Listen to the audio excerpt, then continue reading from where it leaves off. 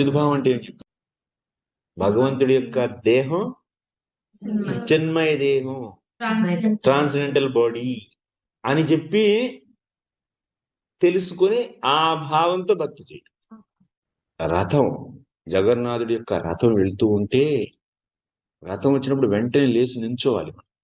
అలా కూర్చొని మనం ముచ్చట్లు చెప్పుకోకూడదు. ప్లస్ ఏం చేయాలి?